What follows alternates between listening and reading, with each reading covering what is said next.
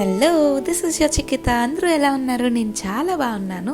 And ఇవాళ నేను మీకు ఒక స్టోరీ చెప్దామని వచ్చేసాను అనమాట. ఇంతకీ ఆ స్టోరీ ఏంటి అంటే మా బుజ్జి కన్నయ్య స్టోరీ.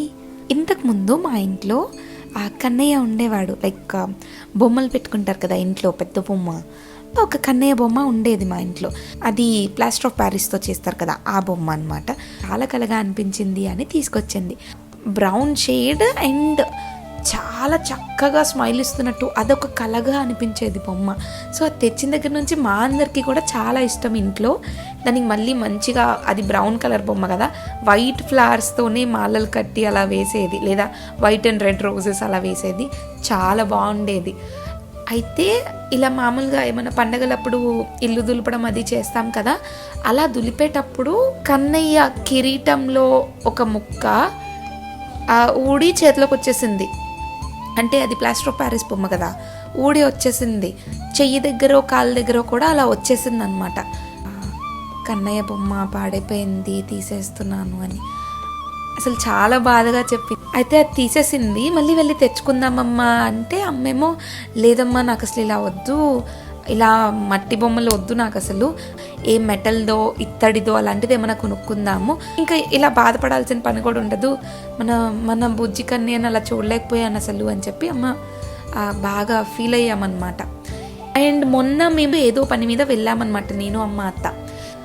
అంటే చాలా రోజుల నుంచి అనుకుంటున్నాం కన్నయ్య బొమ్మ కోసం చూద్దాము అని. నేను ఆన్లైన్లో కూడా చూస్తే ఒక 2-3 స్టోర్స్ కనిపించినాయి. అమెజాన్లో చూస్తే నాకైతే అసలు అది అంత బాగా అనిపించలేదు.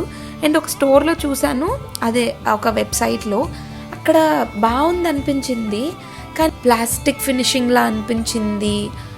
అలా పెట్టారు.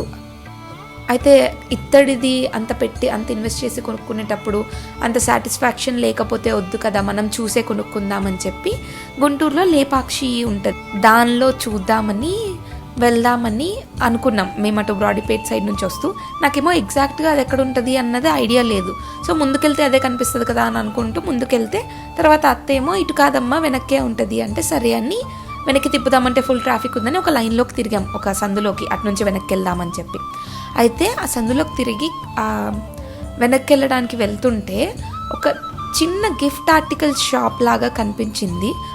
ఇప్పుడు మీరు వీడియో చూస్తున్నారు కదా, ఓపెన్ చేస్తున్నాను కదా, అన్నీ ఇలాంటి బొమ్మలు ఉన్నాయి. అండ్ అవన్నీ అట్లా బయట ఎక్స్పో లాగా పెట్టుకున్నారనమాట షాప్ బయట.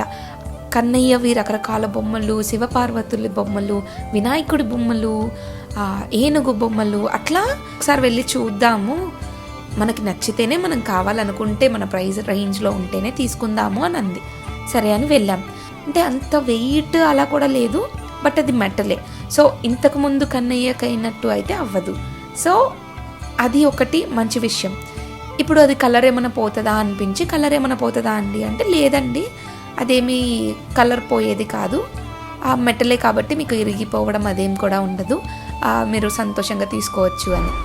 ఇంకా మాకు కావాల్సింది అదే కదా. అండ్ ప్రైస్ కూడా చాలా తక్కువ, లైక్ ఇత్తడి దానికన్నా అయితే చాలా తక్కువ.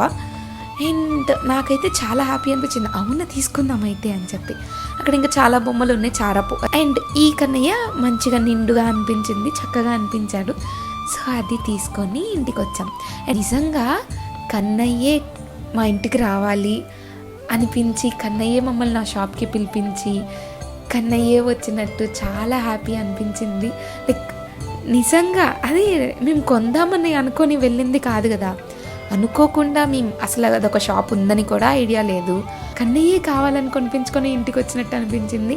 అసలు ఆ రోజంతా చాలా హ్యాపీగా అనిపించింది మాకు. ఫేస్లో కన్నయ్యని పెడితే చూసారా ఎంత చక్కగా ఉన్నాడో, ఆ లైట్ పడి అసలు ఎంత అందంగా, నాకు అసలు ఎంత హ్యాపీగా అనిపిస్తుందో ఇలా చూస్తుంటే. చాలా బాగుంది అండ్ చాలా హ్యాపీ అనిపించింది. సో ఈ చిన్న స్టోరీ మీకు షేర్ చేసుకోవాలనిపించి పోస్ట్ చేస్తున్నాను. That's all for today's video. మీకు ఈ వీడియో నచ్చితే లైక్ చేయండి, షేర్, కమెంట్ చేయండి, and don't forget to subscribe to my channel.